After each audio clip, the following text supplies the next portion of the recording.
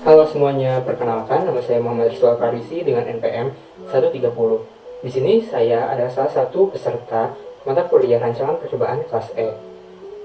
Kali ini saya akan menerangkan mengenai rancangan bujur sangkar Latin dalam salah satu soal dari buku Vincent Gaspard halaman 240. Perlu untuk kita ketahui bahwa RBL atau rancangan bujur sangkar Latin merupakan salah satu model rancangan lingkungan dalam rancangan percobaan. Rancangan ini digunakan apabila unit percobaan tak homogen, di mana ketahomogenan tersebut diduga mengarah pada dua arah, sehingga pengelompokan perlakuan didasarkan pada dua kriteria, yaitu pengelompokan ke arah baris dan ke arah kolom. Berikut merupakan soal RBL pada halaman 240 buku Vincent Gaspard. Diketahui bahwa suatu percobaan telah dilakukan untuk mengetahui pengaruh pencampuran bensin terhadap penghematan bahan bakar yang diukur melalui jarak tempuh. Karena keterbatasan mobil yang ada, maka diputuskan menggunakan RBL dengan memperpanjang waktu percobaan. Terdapat 5 merek mobil yang berbeda, yaitu P, M, N, S, dan T.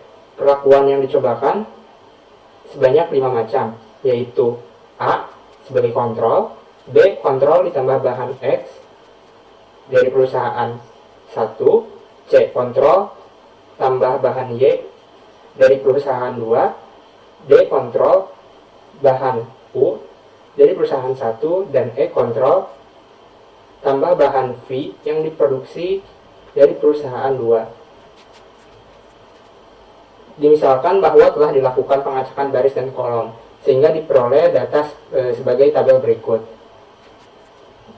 Dan diketahui total dan rangka perlakuan adalah sebagai seperti tabel berikut. Selanjutnya, tahapan selanjutnya kita merumuskan hipotesis. Di sini H0 adalah tidak ada pengaruh perlakuan pencampuran bensin terhadap penggunaan konsumsi bahan bakar. Dan H1 yaitu minimal terdapat satu perlakuan pencampuran bensin yang mempengaruhi penggunaan bahan bakar. Tahap selanjutnya adalah perhitungan. Kita buat dulu data secara vertikal di Excel, secara vertikal ke bawah, setelah dari data yang kita sudah dapatkan dari soal. Seperti berikut. Setelah data kita susun seperti demikian, maka kita bisa buka software SPSS untuk lanjut ke analisis sidik ragam.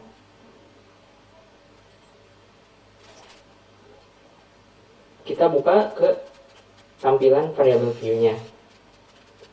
Pada baris pertama, bisa kita ketik baris, kolom, perlakuan, dan hasil. Lakukan juga hal yang sama di kolom label. Pada kolom value-nya, pada baris, kita isi dengan jumlah baris. Di data sebelumnya, kan kita memperoleh 5 baris. Maka kita klik pada titik 3 di kolom value-nya, ketik dengan angka 1, dan pada di kolom labelnya ketik baris 1 untuk mewakili baris pertama, dan dilakukan hal yang sama untuk baris lainnya, maka akan mendapatkan seperti berikut. Di kolom value untuk kolom dilakukan hal yang sama serupa seperti sebelumnya. Berikut juga pada kolom perlakuan. Untuk kolom desimal kita bisa nolkan semuanya. Lalu kita buka tampilan data view. Selanjutnya kita ke data view yang sudah ada data baris, kolom, perlakuan, dan hasil. Karena kita sudah urut vertikal dari data Excel-nya, kita bisa mengcopy paste dari Excel tadi. Dapat kita cek pada tampilan view, lalu ke value label. Maka dapat kita ketahui bahwa 2 merupakan perlakuan B, dan 3 merupakan perlakuan C, dan seterusnya. Lalu selanjutnya, kita lanjut ke analisis ragam, yaitu pencet analyze, lalu ke general linear model, dan univariate. Pada dependent variable, kita masukkan hasil, Dan untuk fix faktor kita masukkan garis, kolom, dan perlakuan.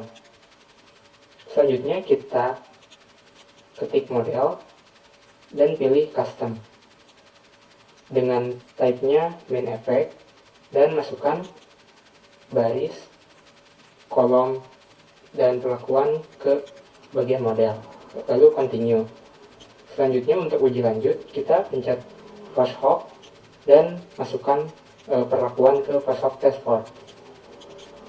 Karena kita akan menggunakan uji lanjut Danken, maka kita pencet Danken lalu klik continue, klik OK, maka kita dapat mendapatkan hasil dari analisa segi seragam dan uji lanjutnya.